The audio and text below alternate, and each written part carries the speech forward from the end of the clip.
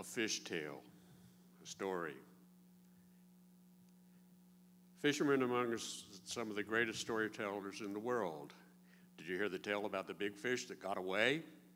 Many fishermen stand next to their catch and snap a photo. Can you believe it? You know, that if they've got a photo, you have to believe that they really did catch a fish that big. So the proof of the, you know, is the photo. I mean, if you got it, you can see it. In my Bible, the introduction to Jonah says that the book of Jonah has been described as a parable, an allegory, or a satire. Okay? I don't know. Okay. Jonah lived in the time of 792 to 753 BC. We do not know who wrote the book of Jonah, but tradition has it that Jonah wrote the book himself.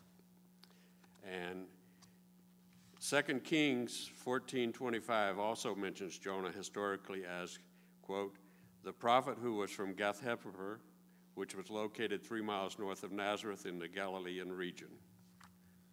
That's the end of Jonah except for his book. So no photos exist of Jonah standing next to his big fish or the fish spitting him out of its mouth. Can we believe Jonah's fish story? The largest fish or whale in the Mediterranean Sea, and by Mediterranean Sea I talk about all of that area around Italy and, you know, all of those places. So he's the Baskin shark. The adult fish can reach over 30 feet long and weigh over 7 tons. Very interesting fact is the size of their throat. How big's the throat of a whale? I mean, you see their mouth, huge, right? You know how big their throat is? 10 inches. Yeah, I see expressions of, you're kidding me. No, it's 10 inches, okay? And the big whales can eat anywhere from 1 to 4 tons of little bitty fish that go through that 10-inch throat every day. I mean, think about that. That's kind of unique. So, all right. Now, for what it's worth, okay, I mean, we do talk about Jonah and the whale. A veteran lobster diver named Michael Packard tells a fish story similar to Jonah's. A little before 8 o'clock in the morning on June 11th, 2021, Packard recalls swimming with schools of sand lashers and strippers about 10 feet from the ocean floor off the coast of Massachusetts, the area where the humpback whales come to feed. Commercial lobster divers like Packard plunge deep into the ocean off Cape Cod and snatch lobsters off the sandy bottom. All of us, quote, all of a sudden I felt this huge shove, and the next thing I knew it was completely black, Packard said after his release from Cape Cod Hospital in Hyannis. I could sense I was moving, and I could feel this whale squeezing with the muscles of his mouth. Less than a minute later, Packard saw light again as the whale expelled him from his mouth. You know, we know the story of Jonah, or do we? Could we have our video now?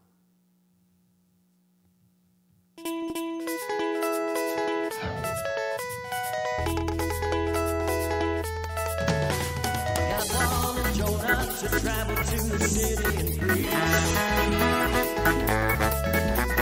Jonah didn't want to go, he didn't have the interest to teach. He tried to run away from God by catching the next ship out of town. But God could see everything, and Jonah was immediately found. God spoke to Jonah, but Jonah didn't want to hear. He asked him to travel, and God wasn't happy and caused a storm out on the sea. He caused a storm out on the sea. And Jonah cried, God punishing me. The ship's crew heard Jonah and realized the storm was his fault. And threw him overboard, and then the storm came to a halt. God spoke to Jonah, Jonah didn't want to hear it. His message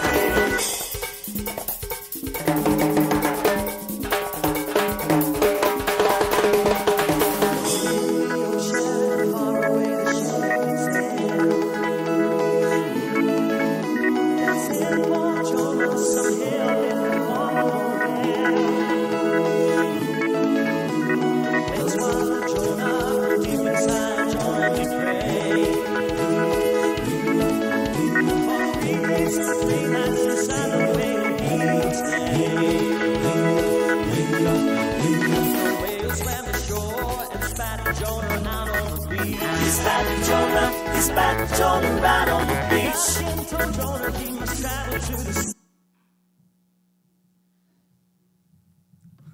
So much for modern technology. You were supposed to be able to hear the story of Jonah being in the whale. Jonah, God told him to go to Nineveh, all right, and tell the people there that, you know, they had 40 days or else he was going to destroy their city and them. Now, Jonah, he didn't think that the king over there was going to be too happy with him. So he took off the other direction. He went out, bought a ticket, got on a ship, went sailing away. Well, he also talked with the sailors, you know, and they asked him where he was going and why he was doing it, and he said, well, he was running from God. So he got, you know, things are going good. He's downstairs, he's sleeping, and a big storm comes up. Now, the sailors, they're working hard to try to keep the ship going. The ship, you know, they're throwing stuff overboard, anything to lighten the ship. They're rowing, they're trying hard, and they know that something's wrong. So they're out there, they're casting dice, trying to figure out who's at fault. And at last they say, well, Jonah said he was running from God. That's got to be the problem. So they go downstairs and say, hey, how can you be sleeping through all of this? Now, there is another story later on in the New Testament about another guy that was downstairs sleeping in a storm too. So, you know, maybe if you're one of God's favorite, you know, you can get along with that. But anyway, they woke Jonah up. Jonah said, oh, this is a piece of cake. It's my fault. Throw me overboard. Get rid of me. He said, you throw me overboard and that'll be the end of the storm. Well, you know, those guys said, we can't do that. If we do that, God's going to be angry at us. But anyway, they did a little bit of praying. They talked about all the different stuff, you know, and they tossed Jonah overboard. Now, you know, so let me read this portion here. All right. This is actually from the Bible. Pick me up and throw me into the sea, and it will become calm. I know that it's my fault that the great storm has come upon you. Instead, the men did their best to row back to land, but they could not, for the sea grew even wilder than before. Then they cried out to the Lord, please, Lord, do not let us die for taking this man's life. Do not hold us accountable for killing an innocent man, for you, Lord, have done as you pleased. Then they took Jonah and threw him overboard, and the raging sea grew calm. At this, the men greatly feared the Lord, and they offered a sacrifice to the Lord and made vows to him. So he's floating away, going down, but a big fish comes and swallows Jonah. He spends 3 days where he spent time praying, and the Lord has the fish spit him out on the ground. Now, at that time, if you were 1 hour of a day, that was considered a whole day. So this could have been 3 full days, you know, 72 hours, or it could have been 26 hours that Jonah was supposedly in the whale, you know, or in the fish. We can't call it a whale. So, you know, so God stopped the storm. He relented, and he did not bring them. Excuse me, I got to the wrong spot. So Jonah went on to Nineveh after he got out. And he was terrified of going there. So he took all his good clothes, got rid of them, went in with the sackcloths, told the people. Now, when I told the people, we're talking 120,000 people in Nineveh, according to what it says in the Bible. So he told the people that this was coming down, that their house, their town, everybody was going to be destroyed. And somehow, you know, word got up to the king, and he said, okay, we're changing our ways right now. Nobody's going to do anything bad anymore. You're all going to be good. And when God saw what they did and how they turned their evil ways, he relented and did not bring on them the destruction he had planned.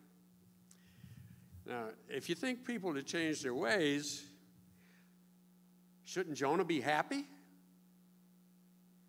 This is the rest of the story. That's a line from Paul Harvey way back when. Okay? Jonah went up onto the mountain, okay, and he waited for God to destroy the people.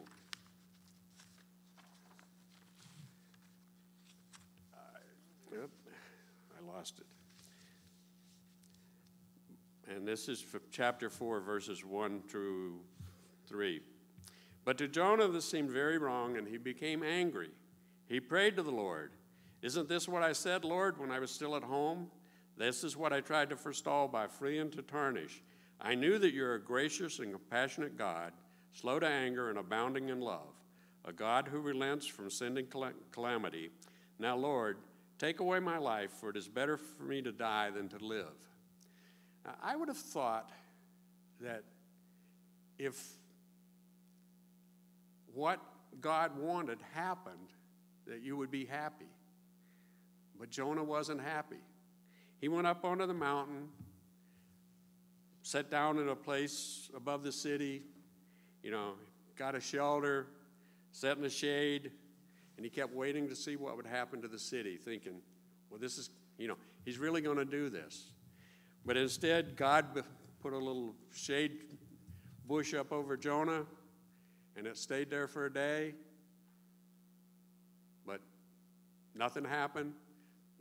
The shade withered. When the sun came out, God provided a scorching east wind, and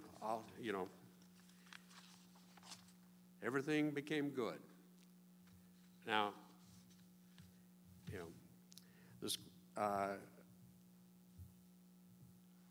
just don't know how Jonah could be what he was. So, he's a prophet. He's supposed to be a good person. I don't see it. And in Matthew, the scribes and Pharisees are talking to Jesus, and they want Jesus to provide them with a sign, because they weren't really believing that Jesus was true. And he answered, "A wicked and adulterous generation asks for a sign, but none will be given it except the sign of the prophet Jonah. For as Jonah was 3 days and nights in the belly of the huge fish, so shall the Son of Man be 3 days and nights in the heart of the earth. The men of Nineveh will stand up to the judgment with this generation and condemn it, for they repented at the preaching of Jonah, and now something is greater here." I grew up in the South, okay? A whole different culture there than what's here. I was a poor kid. Sometimes I wasn't treated the way I felt that I should be. How many of you have been treated, maybe you've been out working and you're all dirty, but you got to go to the grocery store, or you've got to go into the bank or whatever. And people don't actually look at you the way they don't know who you are or why you're where you are or how you are. And they just sort of don't accept you for what you are. And we all have to accept everyone for who they are. And in Matthew 7:12, Jesus commanded us, "Do to others as they would have them do to you, for this sums up the law of the prophets." Now, if we all did to everyone else what we want done to us, wouldn't this be a better world that we live in? I mean, all you have to do, the next guy walks up to you, say hi. Don't judge. Their skin color doesn't matter. Their clothes don't matter. Whether they have money or not doesn't matter. It's who they are. And the only way you'll ever know who they are is if you treat them the way you want them to be treated. So this is my short message. I hope it means something to you, and I thank you. Amen.